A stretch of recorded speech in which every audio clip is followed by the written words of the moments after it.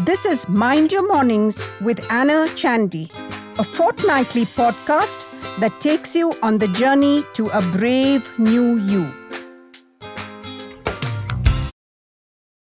Hello and welcome to the second season of Mind Your Mornings. In this series, we will be looking at mental health from within. Now, there's a new wave of awareness here, and with it, several questions. With the support of the team at Anna Chandy Associates and our gracious clients, we've decided to uncover some of the mysteries that plague mental health. So, together, let's explore various perspectives from people who have experienced therapy, from caregivers, and from therapists themselves. Perspectives from a decade ago to now, and from Gen X to Gen Z. Hi, I'm Brian, back again with another conversation to discover a new perspective from behind the therapy room. Today, we'll discuss a phenomenon that is relatively less known: the family secret. What is the unsaid message that lurks in families? How does it travel through generations? Shedding light on this today, we have Sudha along with her client Rina. Sudha is a senior therapist with Anna Chandy Associates. She comes with decades of experience working with clients across age groups. She grew up in a highly interdependent family. There were strong power structures at play. Her journey observing these dynamics informed her beliefs about the hierarchies within families. At some point, this led to a breakdown. She found her answers in therapy. Therapy offered insights which then led her to explore family systems and intergenerational messages. Hi, Sudha. Welcome to Mind Your Mornings. How are you today? Thank you, Brian. Very well. And looking forward to this topic, which has been of great interest to myself. Yeah, I'm looking forward to it. Excellent. Thank you, Sudha. It's great to have you here today. Can you start off by telling us a little bit about intergenerational trauma and family secrets? What does Sure. it mean and how does it play out in people's lives? So I myself come from a generational family, Mhm. a community which worships ancestry. If I recall in my childhood, there was a lot of talk around spirits and voodoo. And now I'm connecting them to ancestry influences. And therefore, I started thinking about this and talking about this. So, intergenerational trauma and family secrets. So, trauma is really about pain.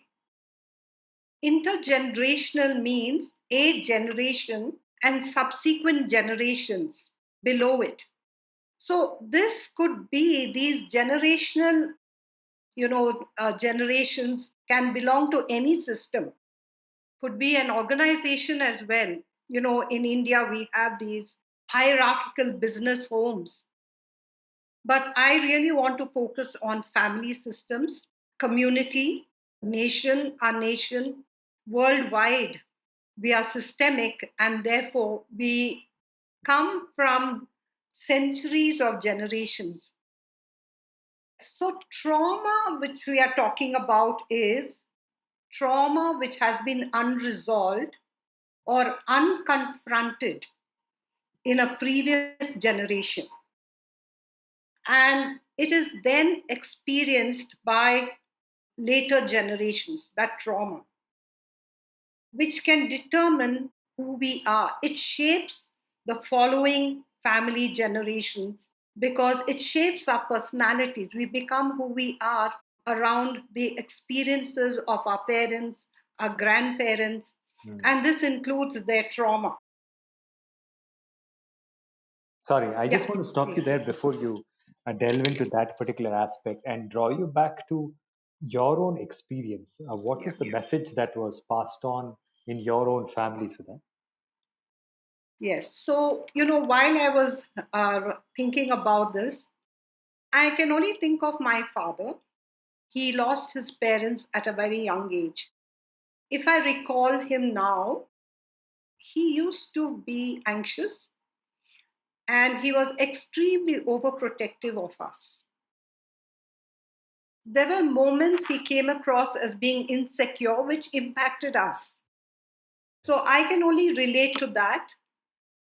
When I look at my community, I can relate to trauma being around early loss of parents because people die, mortality rate was very low at that time. I can also think of the loss of land, which impacted generations across.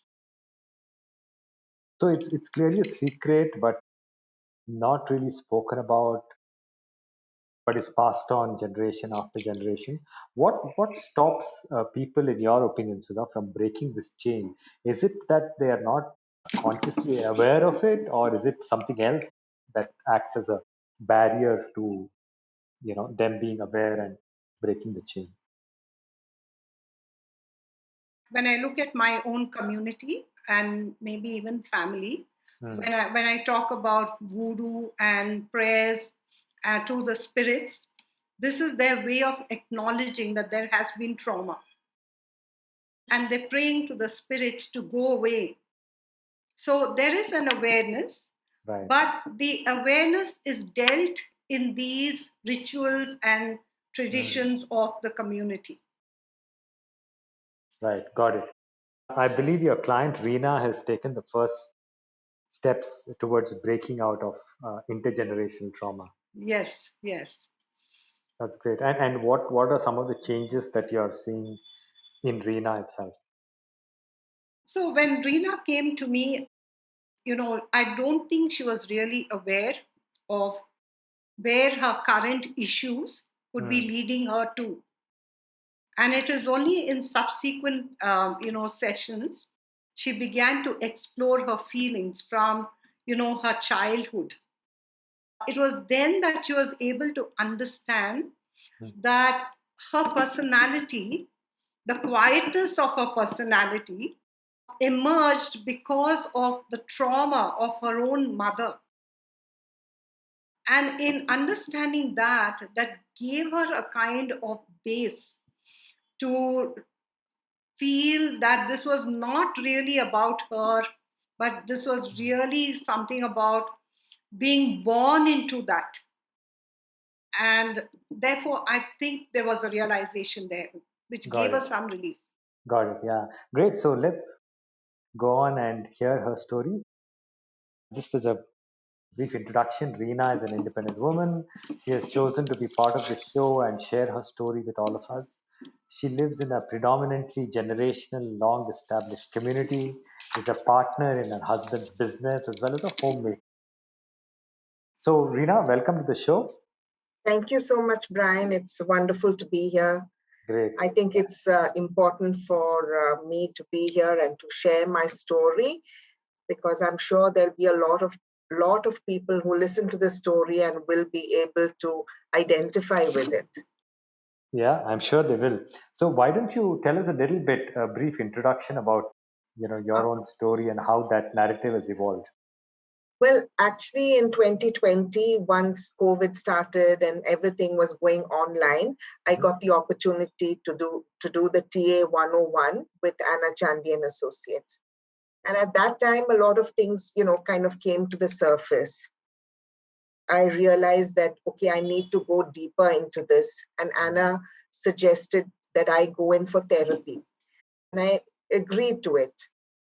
That's how I came in touch with Sudha. She has been my therapist since 2020. A lot of things changed for me in my life too, because therapy helped me tremendously. It helped me understand certain patterns that I was following.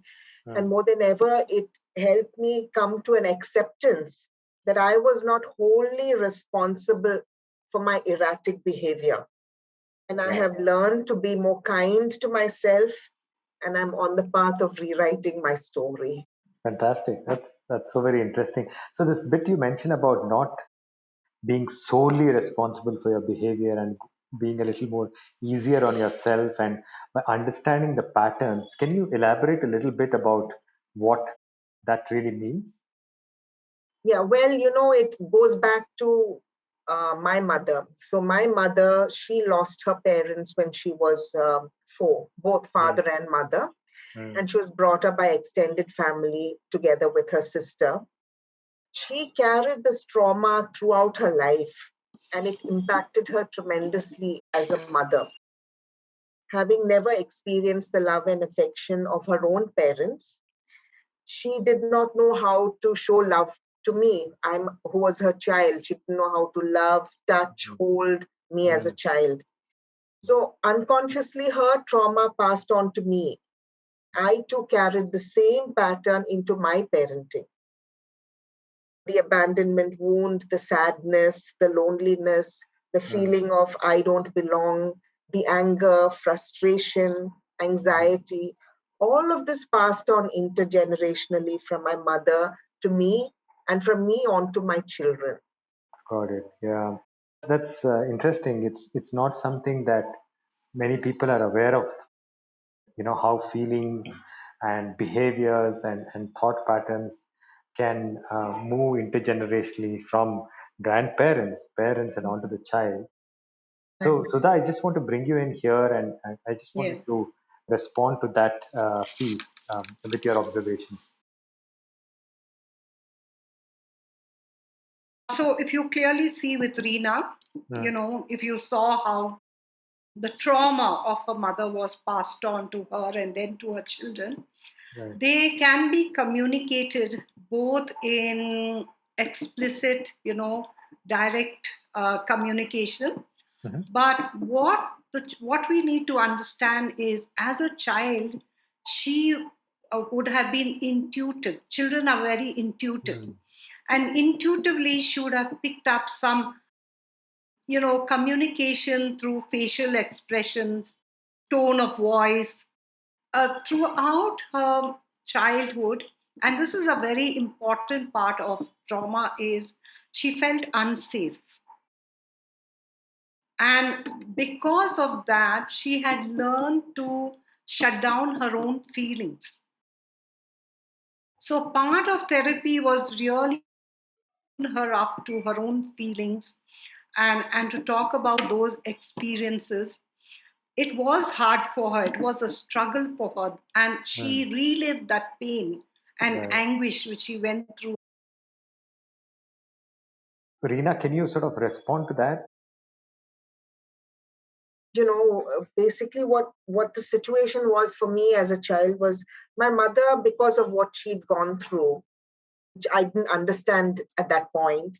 She was a very angry person. She was angry at everyone. I think she was just generally angry at the world because of her suffering. So she was very short tempered, and I was petrified of her. She would, beat me up for every little thing. It's not that I was a naughty or troublesome child, yet she would resort to hitting me for anything and everything. She was also a highly anxious person. And all of these behaviors passed on to me, and I didn't realize it until I became a parent. Because I would find myself behaving the same way. Hysterically, I would go into fits of rage. I would throw things at the children, hit them, shout at them, terrorize them. I was out of control. One look of mine would make the kids really scared of me. And I realized that I was exactly like my mother, but I didn't know what to do about it. Would you say that therapy brought about this awareness? Is that would you put your finger on therapy as being Yes, the start point? yes. I think when I did the TA 101, a lot of understanding and realization came up. Then I knew I needed to delve further into this to set myself free from it. And that's how I got into therapy. And therapy has helped me a lot. And it's helped me accept and acknowledge it. Like I can talk about it even with my kids or my family that, I was like this. I've come to that space only because of the therapy. Got it. And would you say that you're also in a better position to express your likes and dislikes in a much more mature, acceptable manner to those around you? Yes, definitely. Earlier on, I would have been ashamed to acknowledge these things, but today I'm no longer feel the shame of it. I'm able to openly talk about it. Yes, that is who I was, but that's not who I am anymore. Thank you for sharing that. So other than therapy, I also realized that it's important for self-care because our mind and bodies are so connected. So then I've started doing yoga. I enrolled actually for a mind and body workshop, again with Anna Chandy and Associates, and that helped me a lot. Understanding how the mind is connected to the body and how it affects the body, because I had some health issues too, which I was struggling with. And it's only then that I realized the connection between the two. And I've also started, going for a morning walk, which is a really good form of relaxation for me because, you're listening to some music or a podcast or something, and your mind is off all the things that are going to come up during the day, and it's a form of relaxation. So I think these are the things that I've been doing for self-care. I recently just signed up for a Zumba class too. Just nice being around people and with the music, just doing things. Yeah, just relaxing. I mean, it just helps you take your mind off all the troubles and cares in life. Yeah, Sudha, Rina seems to be in such a happy place. Yeah. Would you want to talk a little bit about, what your observations are about her journey and where she is and how she's got there and what she's doing to stay in that space? Yes. So, we've been together for more than 2 years, and it has been a process. It has also been a relationship. And I think really what Rina really began to experience was the safety aspect. She began to feel safe enough to explore deeper into herself. Maybe some unconscious memories surfaced around that time. And there was resistance to go into those areas of her life because it was very painful. But as a process and, being with her gently, she was able to acknowledge. So, the most important thing is to acknowledge that these things have happened in one's life. And I think after that, that gave her a lot of confidence because today I see Rina as a very confident person, from a quiet to a very confident person. And so for me, that is because trauma brings in low self esteem issues, low sense of self worth. But today I see her feeling important to herself. For me, that's a significant shift. So, family secrets are secrets held within the family.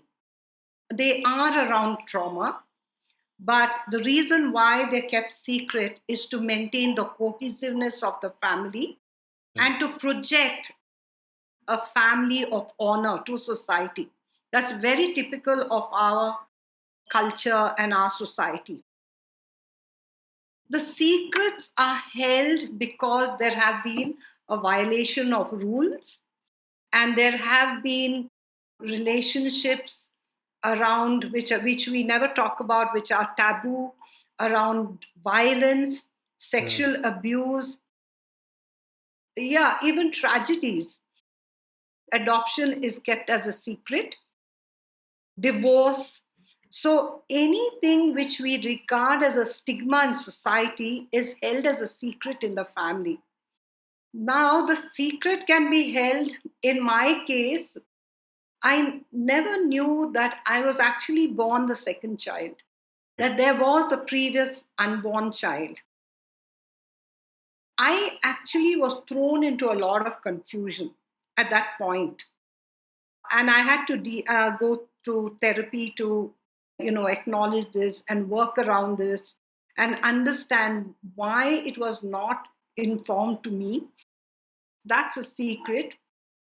The other thing was, it was very unspoken that there was some hierarchy between my mother's family and my father's family. there was something going on there, but there were many things actually around it. But that was never spoken about. So, very secretive around these things. So, when, for example, there is incest and say sexual abuse in a family, that is held a secret. That relationship becomes the secret between the two. And the rest of the family might be intuitive about it, but they don't talk about it. That secret becomes a binding factor, transmitted to next generation and the next generation. It is picked up. So one of the things is Basil van der Kolk talks about is the body. The body feels these experiences, and he talks about it as a felt sense. There's some feeling, there's some sense that something is wrong somewhere. So this is really what family secrets are about. They bind the family together. There is a split in the family which is never spoken about. So there is no open communication. There may not be trust or intimacy in that family. Got it. Yeah, that's illuminating. So thanks for sharing that. Rina, earlier in the conversation, you talked about this loss of a sense of belonging. Can you elaborate a little bit about how you've experienced that emotion earlier as a child and now how you experience it, and perhaps in the context of your children as well? Yeah, I think because my mother had this sense of don't belong, that kind of passed on to me also. So I too had that feeling that I don't really belong in this family, or maybe in a particular circle of friends or extended family. Because somehow, even as a child, the message of we are poor or we don't have money like the rest of the family was very strong. It was passed on very strongly. So because of that, even though it may not have been so much verbal, but because of that, I never used to ask my mother for anything, whether it's new clothes or toys or books or wanting to go on a holiday. I also found that extended family treated me differently, me and my brother. We were treated kind of differently, and it made me feel it is because of this. And I also feel they didn't particularly like my mother very much because she was this angry person ready to, fight with anyone at the drop of a hat. And we were also considered to be the poor relatives. Nobody spoke about these things openly, but these nonverbal messages were very easily picked up. And I carried this into adulthood because I found that wherever I was, I felt I didn't quite belong there. I was there, and I'm sure nobody around me realized it, but for me, there was always this feeling of don't belong. I had that low self-esteem issues and low self-confidence because of that. No one would have realized it because I spoke very confidently, but I know how I was feeling within. It was a strain going for any function to any place where there were others, meeting new people. It was always very stressful for me. Got it. And I think that passed on to my kids too, because they were never comfortable with extended family, would rather avoid going for family functions. And I'd find them sitting quietly in a corner, not really interacting. So somewhere they unconsciously picked up these things from me. I think now they're adults and they've also understood all of this, being in therapy and understanding and open conversations about these things have helped a lot. So would you say that that's your family secret, the fact that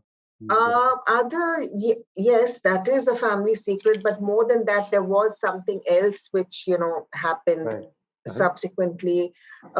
Recently, a family member who I'm very attached to, since, we were children, she opened up about sexual abuse as a child that happened to her. And this kind of threw the whole family into a tizzy. There was such an uproar as they felt that this was being disloyal and disrespectful to parents and family. These are things that are not talked about. So family matters are to be kept within the family and you don't talk about them publicly. That is the general opinion. And this kind of resulted in her being ostracized by the family. And because I was still in touch with her and close to her, I was viewed differently. Most family members, I found them very uncomfortable around me. But I feel coming out and talking about these things is important, and it has healed her tremendously, and it has helped her change her story and her narrative. Because when you have a secret, you're always trying to cover up for it. You're never comfortable because you're wondering when somebody is going to know something about it. But when you actually talk about it openly yourself, the fear is gone. There's nothing to fear anymore once it's out in the open. Yeah, and how has your relationship, Rina, evolved with your family through this time? So as I said, my family initially was very distant with me, didn't seem to want to have much to do with me. They were not comfortable being around me. But somehow I just stood my ground, and I knew that eventually the truth always wins. That's what I firmly believe. The truth always wins eventually. And today I see the same family members behaving differently towards me. I mean, they're kinder, nicer, more understanding. They seem to want to have conversations with me. Maybe they see a difference in me. Maybe they see me as a different person and someone to reckon with. So they find me more interesting now on some level. Yeah. Sudha, maybe you can, I'd like you to comment on, once secrets are out, how that impacts relationships, and if you've seen a different pattern to what Rina has mentioned once the secrets are out. How does it impact the family dynamic? As we need to understand, family secrets occur out of a sense of shame. Right. We don't want to expose the secret because we feel ashamed. That is the trauma. The shame is the trauma. Coming to therapy and acknowledging it can help someone feel safe. And once that secret is out, it's a liberating experience. It no longer has a hold. It no longer has that power to pull you down or to bind you. And you're able to empower yourself. It no longer is a part of you or part of your system. And you're able to acknowledge it, maybe even own it, and move on in your life. Yeah, so my mother, who lived in a different town, now lives in the same town with me. And over the past 1 month, she's been living with me at home because she was not well. Initially, I was a little worried about that. How is it going to be? Even her moving into the town where I'm, what is going to come up? How am I going to handle it? Am I going to feel those same feelings I felt growing up and as a child? It did cause some amount of anxiety, but I did talk about it with Sudha during the therapy sessions. But strangely enough, everything went off smoothly. I think I've learned to draw my boundaries with her, and she recognized them very clearly. And today she doesn't cross those boundaries with me. She knows that I'm very firm about certain things, and certain things I don't like discussing with her. I think it's also the message has gone across that this is today my home, and how things are done here is different from how she would do it in her home. And I think she's come to not just acknowledge it, but respect it. And because of that, my relationship with her is more peaceful. I'm not saying that we don't have our struggles at times, but 99% of the time, it is peaceful. I think seeing that has made a change with my kids towards her, because they also picked up what she was like with me, and that is the reason I behaved the way I did. But seeing this change has made them also different towards my mom. in their relationship with her. I find them spending more time with her, making the effort of sitting and talking to her, putting on some TV shows for her to watch or whatever. There's more interaction. And even with my children now, I'm able to talk to them openly about it. Like when they ask me questions, what was it like as a child? How do you feel towards your mother today? I'm able to talk about it openly without feeling uncomfortable in any way. And I think that's amazing that I've been able to come this far. And that's what therapy does. It really does help you to come a long way, break all those barriers and move forward. Yeah, basically you're changing. You thought your life was going to be, you realize that it's within your power to change that.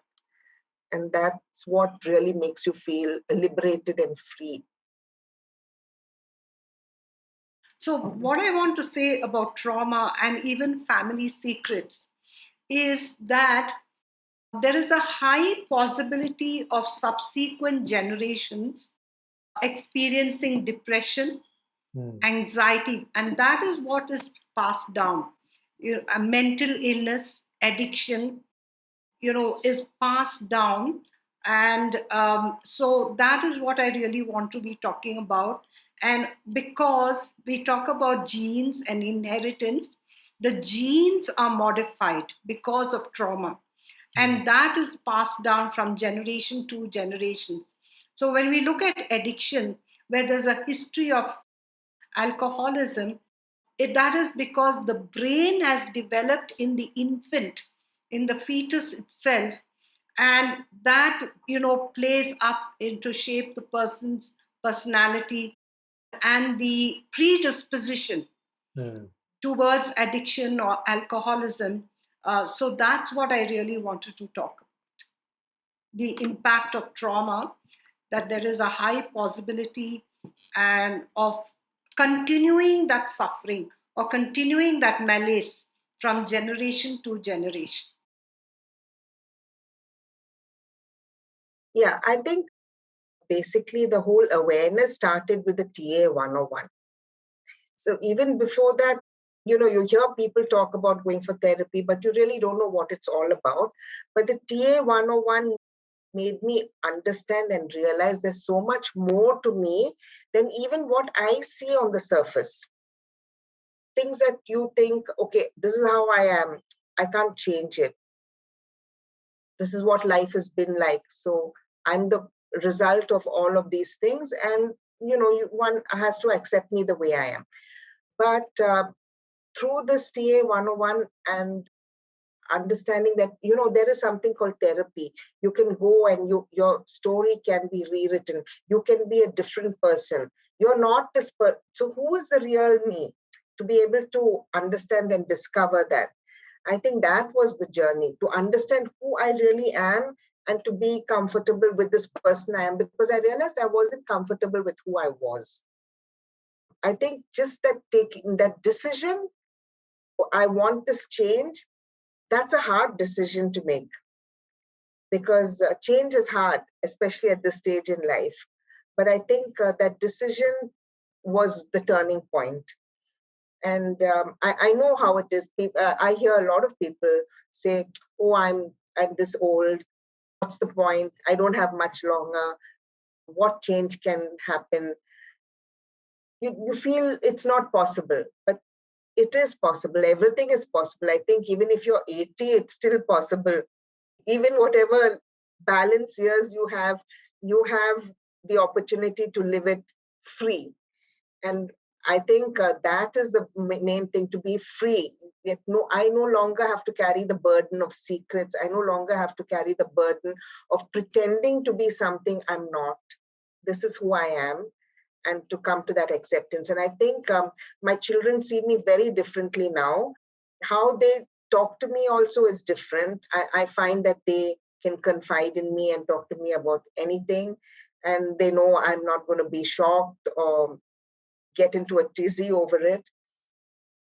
And I see them also open to the idea of change. That feeling of nothing good is going to come out of this. All that is changed within them too. So they too have become different individuals. Accepting what happened to them in their childhood, I think the stage of blaming is over, and now moving into, a new chapter of their lives. Fabulous. Thank you so much. I think you're getting better and better as we keep speaking. Yeah. Actually, the whole speaking itself has been very therapeutic. I know you were actually, so into yourself and talking about this. That itself will be healing for you. Yes. Thanks for that, Rina and Sudha. I think this has been a very enlightening conversation. Secrets are, like the word says, secrets, right? They don't really come out. And I'm so glad that we've had this conversation about this very important aspect. I think there's a need to sort of, as Rina pointed out, have these open conversations, and more importantly, as you pointed out, so that from a mental health expert perspective, dwell on these secrets, unearth them, and deal with them, acknowledge them. That's when we are able to move forward into the life that we are meant to live, right? Otherwise, we are all very constrained. So, thank you for everything, for all your sharing. That's wonderful, Rina. I'm amazed at, of course, the various roles that you play so perhaps effortlessly, but I know that you spend a lot of effort in coming to this place, and of course, Sudha has helped you on this journey. Of So course, all the very yes. best, and thank you also, Sudha, for your expert inputs and for sharing your experience. Thank you so much. Thank you, Brian. Thank you, Brian. Thank you, Brian. Thank you, Anushka. This is Mind Your Mornings with Anna Chandy, a fortnightly podcast that takes you on the journey to a brave new you.